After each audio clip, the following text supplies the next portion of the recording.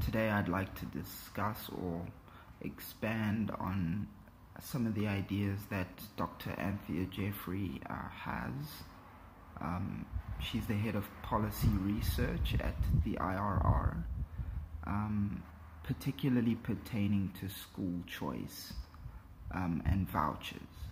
Her overall philosophy, if I can break it down, pertaining to this is what she calls EED, or the economic empowerment of the disadvantaged. It's an alternative to broad-based black economic empowerment, and it broadly focuses on inputs that empower poor people rather than outputs in the form of numerical quotas.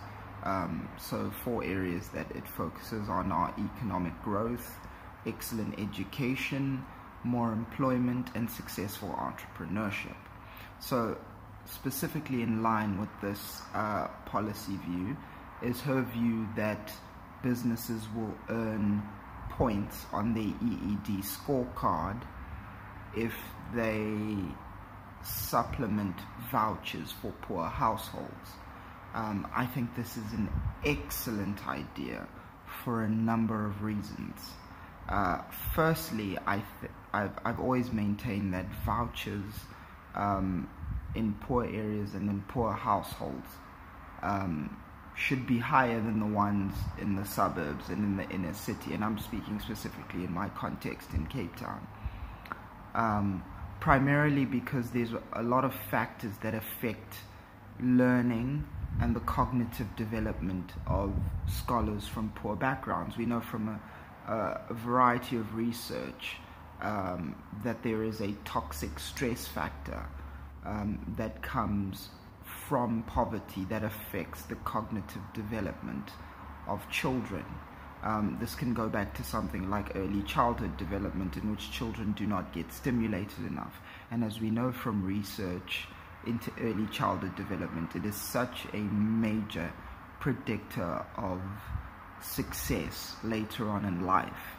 And why I see this important in my discussions with social workers is that often children in the school system who come from just poor homes where there's a lot of trauma and violence and just the stress of poverty are often seen as disruptive or bad kids, etc., where areas they need people to work with them so that they can be a fruitful part of the system and hopefully fulfill their potential and be contributing members of society.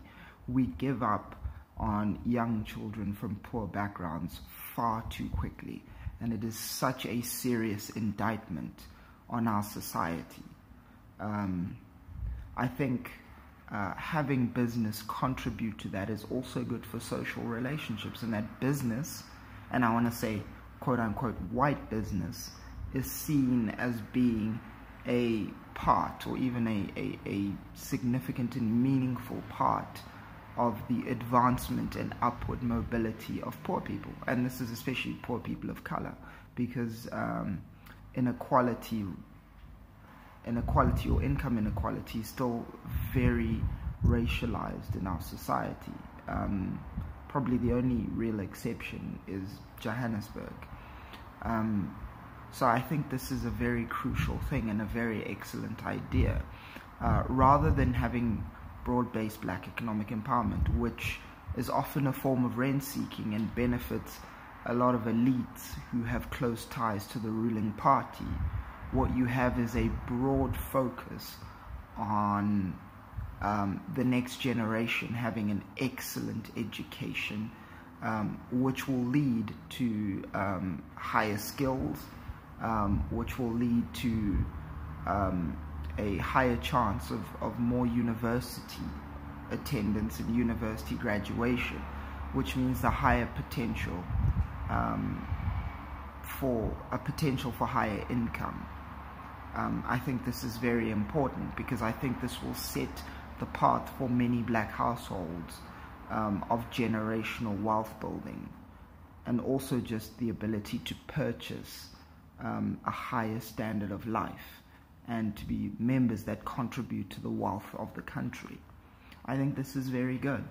I think this is something well worth considering in the broader scheme, because personally my view is that every single school within poverty-stricken areas and areas be devoured by violence, especially family violence, needs a social worker, needs a school nurse, perhaps even a school counselor, in which teachers can refer students to specialists who will work with them through their trauma, who will come alongside teachers to enable students to be productive in the classroom, to enable students to be able to learn and not be disruptive forces because of their trauma and the things that have happened to them and the stress.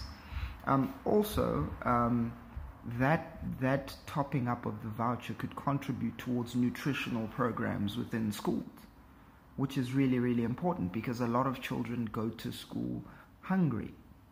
And I don't think children can really learn properly when they are hungry and when they don't have all the nutrition they need. So I think those two things, having professionals who can come alongside teachers and nutritional programs, would really make a difference into helping teachers and students perform optimally. And I think this is a key in terms of the upward mobility and the advancement of people of color. I think Dr. Jeffrey is onto something, and I think we need to explain the social benefits that will accrue if we take a truly broad-based view of empowerment, because what she is suggesting is a broad empowerment of people, the so-called bottom 50% of our population who are stuck in poverty traps. And we know that without excellent education, without some kind of economic growth, without employment, without more entrepreneurship in our society, people will be stuck in penury. And most of those people will be black and colored.